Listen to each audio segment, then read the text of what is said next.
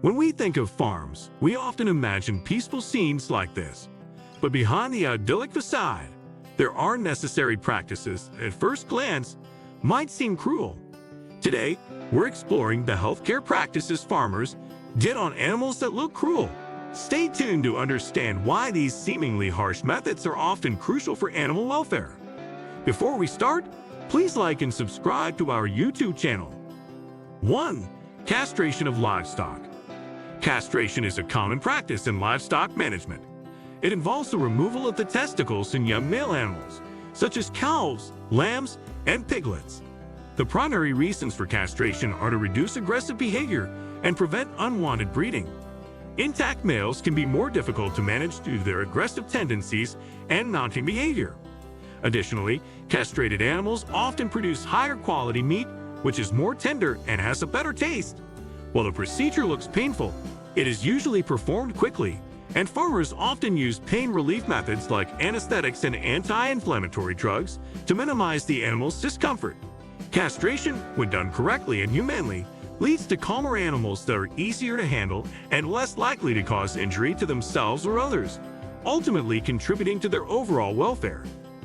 2. Debunking in poultry. Debunking, or beak trimming, is a procedure commonly performed on poultry, particularly chickens and turkeys. It involves the removal of a portion of the beak to prevent harmful behaviors such as cannibalism and feather pecking within large flocks.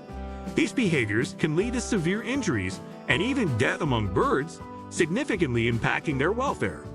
While debunking might seem harsh, it is carried out to protect the birds from each other. Advances in technology have improved the methods used for beak trimming, making the process more precise and less stressful for the animals. Infrared technology, for instance, is now used to trim beaks without causing immediate pain. Farmers and poultry handlers are also trained to perform this procedure humanely, ensuring that birds experience minimal discomfort. Despite its appearance, debunking is an important measure to maintain the health and safety of poultry in intensive farming systems. 3. Tail docking in sheep. Tail docking in sheep involves removing a portion of the tail, typically when the sheep are lambs. This practice is primarily done to prevent fly strike, a serious condition where flies lay eggs in the wool around the sheep's tail. When the eggs hatch, the larvae can burrow into the sheep's skin, causing severe infections and even death if left untreated. Tail docking reduces the risk of fly strike by keeping the area cleaner and less attractive to flies. The procedure is usually performed when the lambs are very young, as it is less traumatic and heals quickly at this age. Pain relief methods, such as local anesthetics, are often used to minimize discomfort. 4. Ear notching in pigs. Ear notching is a common identification method used in pig farming.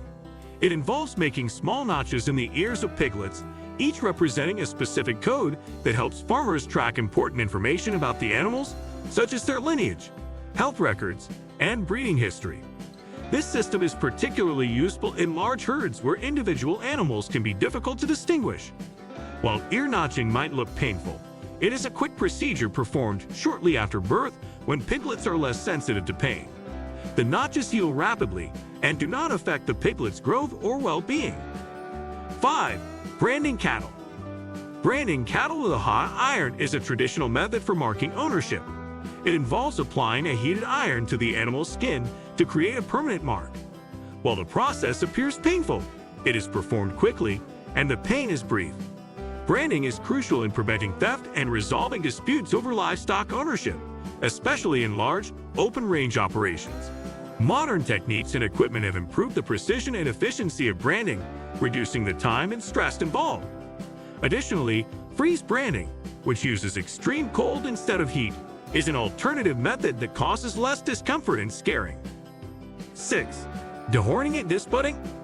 Dehorning or disbudding involves the removal of horns in young cows. Horns can pose significant risks, leading to injuries among animals and handlers. Dehorning is typically performed at an early age when the horn buds are still developing, a process known as disbudding. This procedure is less traumatic for young cows compared to older animals. It involves using a hot iron or caustic paste to destroy the horn-forming tissue. Pain relief methods, such as local anesthetics and analgesics, are often used to minimize discomfort. 7. Nose ringing in pigs. Nose ringing in pigs is a practice used to control rooting behavior. Pigs have a natural instinct to root in the soil, which can lead to the destruction of pastures and significant soil erosion. Nose rings are inserted into the pig's nose to discourage this behavior. While it might seem harsh, nose ringing is a management tool that helps maintain the integrity of grazing lands, ensuring sustainable farming practices. Rooting can also lead to the ingestion of harmful substances, posing health risks to the pigs. By preventing excessive rooting, nose rings contribute to the overall well-being of the animals and the environment. 8. Hoof trimming in cattle. Hoof trimming is an essential practice in cattle management to prevent lameness and foot infections. Overgrown or improperly worn hooves can lead to severe pain and mobility issues, significantly affecting an animal's health and productivity. Regular hoof trimming ensures that cattle can walk comfortably and maintain proper posture, reducing the risk of joint and skeletal problems. The procedure involves removing excess hoof material to restore the natural shape and balance of the hoof. While it might appear uncomfortable, hoof trimming is done with specialized tools and techniques to minimize stress and pain. 9. Tail docking in dairy cattle. Tail docking in dairy cattle is performed to maintain hygiene in milking parlors. Long tails can become dirty and harbor bacteria, increasing the risk of mastitis, a painful udder infection that affects milk production and the cow's health. By docking the tail, farmers reduce the likelihood of contamination and improve overall udder health. The procedure is typically done when the cows are young, using methods that minimize pain and stress. Pain relief measures, such as local anesthetics and anti-inflammatory drugs, are often employed. While tail docking is controversial, many farmers believe it enhances the cleanliness and efficiency of milking operations, ultimately benefiting the cows. 10. Use of muzzles in horses.